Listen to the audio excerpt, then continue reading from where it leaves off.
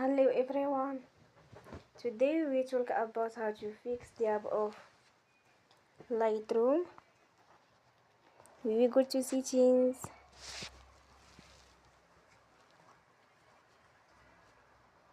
Then we click on apps.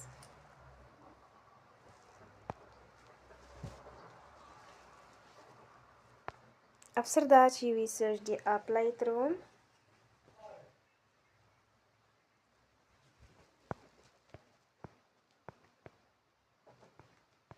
And then we click.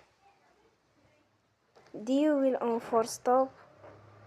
After that we will go to storage. Then we click on clear cache. In the end, you will turn your Wi-Fi and you will turn again. Don't forget to support us by like and subscribe. See you next time.